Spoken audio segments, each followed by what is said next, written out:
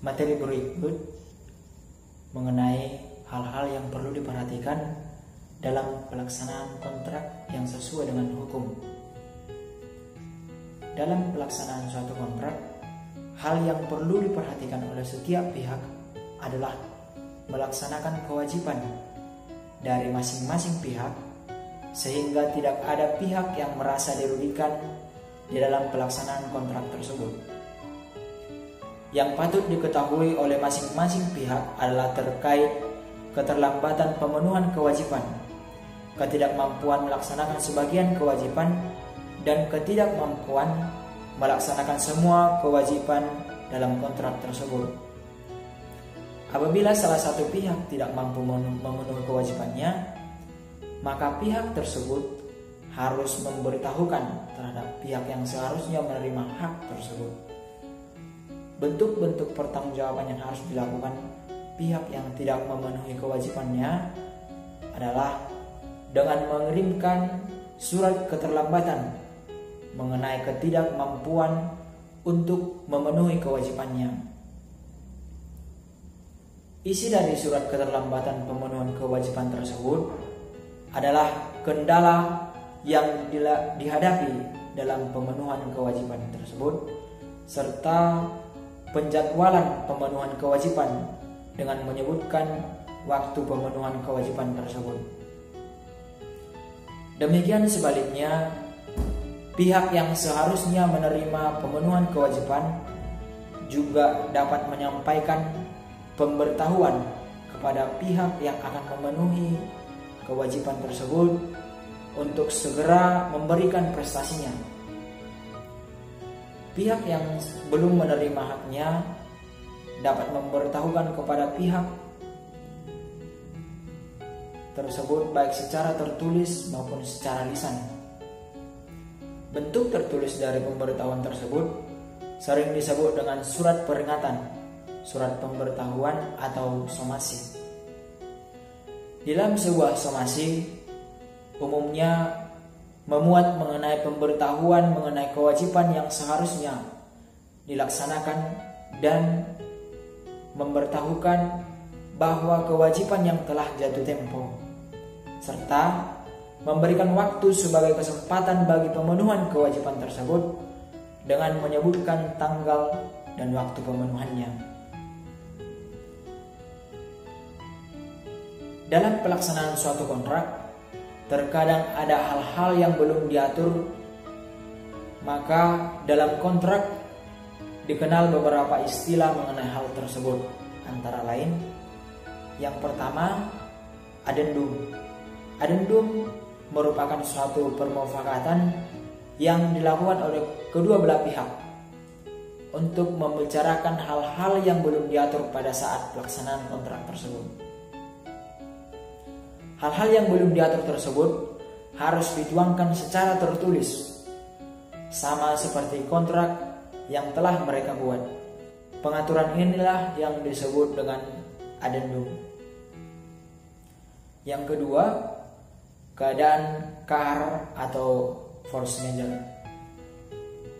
Jika pada saat kontrak berlangsung ternyata ditemukan kejadian yang termasuk dalam golongan keadaan memaksa, force majeure, keadaan kahar atau yang disebut juga dengan overmatch. Di dalam pasal 1245 KUH Perdata dijelaskan bahwa tidak ada penggantian biaya, ganti rugi, dan bunga apabila karena keadaan memaksa membuat debitur terhalang untuk memenuhi kewajibannya. Pembahasan kedua adalah tentang penafsiran isi kontrak. Penafsiran terhadap isi kontrak dalam KUH Perdata diatur dalam pasal 1342 hingga 1351 KUH Perdata. Pada dasarnya, kontrak yang dibuat oleh para pihak harus dimengerti oleh kedua belah pihak. Namun, kadangkala dalam pelaksanaannya banyak pihak yang tidak mengerti terhadap isi kontrak tersebut.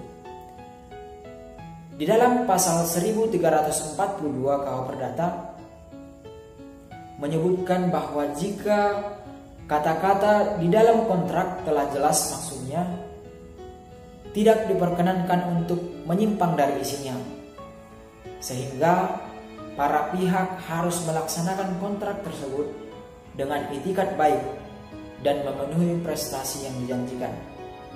Sebaliknya, jika terdapat kata-kata yang tidak jelas maksudnya, dapat dilakukan penafsiran terhadap kontrak tersebut.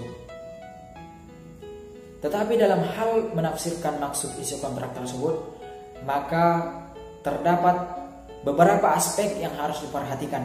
Antara lain, yang pertama, jika terdapat kata-kata yang menimbulkan penafsiran, maka perlu diadakan prosedur penelusuran apa maksud dari pihak yang membuat kontrak tersebut.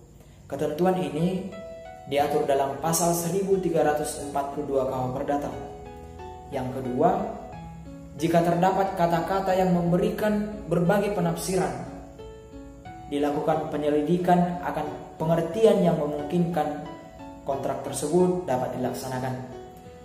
Ketentuan ini diatur dalam pasal 1344 KUH Perdata.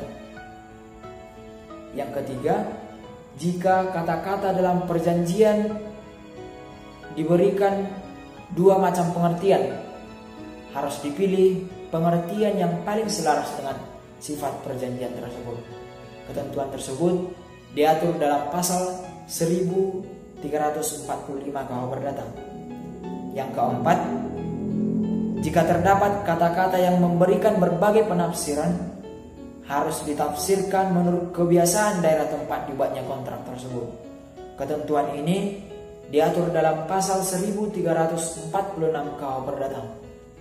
Dan yang kelima, jika terdapat keraguan-raguan, kontrak harus ditafsirkan atas kerugian yang meminta diperjanjikan suatu hal dan keuntungan orang yang mengikatkan diri untuk itu. Ketentuan ini diatur dalam pasal 1349 KUH Perdata. Untuk pembahasan yang ketiga, yaitu tentang penyelesaian sengketa dalam pelaksanaan kontrak. Pada dasarnya, setiap kontrak harus dilaksanakan dengan etikat baik. Tetapi dalam pelaksanaannya, semua yang diatur tersebut mungkin masih memunculkan permasalahan yang mengganggu salah satu pihak memenuhi prestasi, sehingga memunculkan suatu perselisihan. Perselisihan tersebut mungkin muncul karena adanya perbedaan penafsiran, kurangnya kesepahaman antara pihak yang satu dengan pihak yang lain.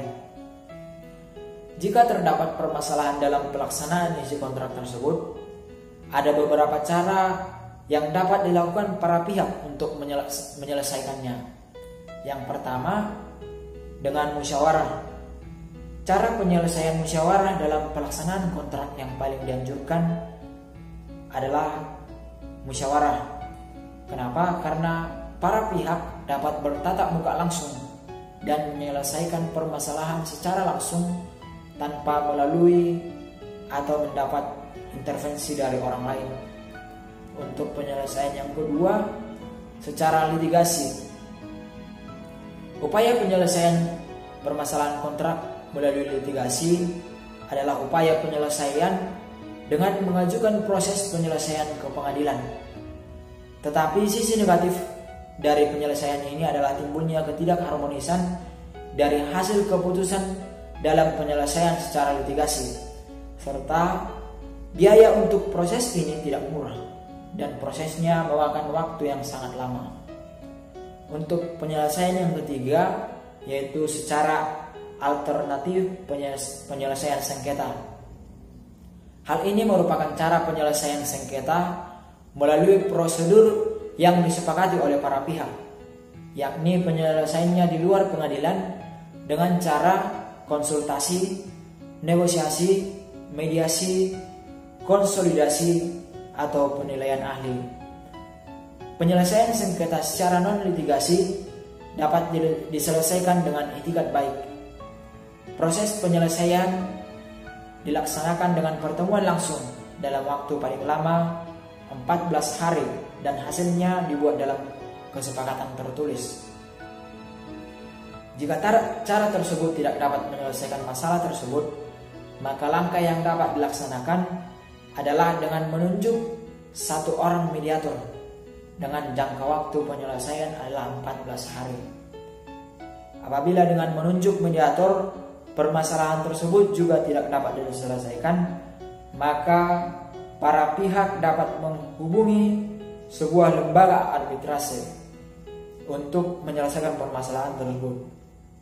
Dengan menunjuk seorang mediator, maka upaya penyelesaian sengketa melalui mediator tersebut harus mencapai kesepakatan dalam waktu paling lama 30 hari. Dan kemudian hasil dari kesepakatan tersebut wajib didaftarkan di pengadilan negeri dalam waktu paling lama 30 hari sejak penandatanganan kesepakatan. Demikianlah pembahasan materi pelaksanaan kontrak.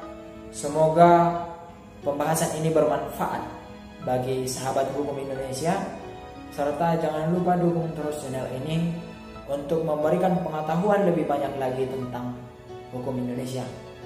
Sekian dan terima kasih.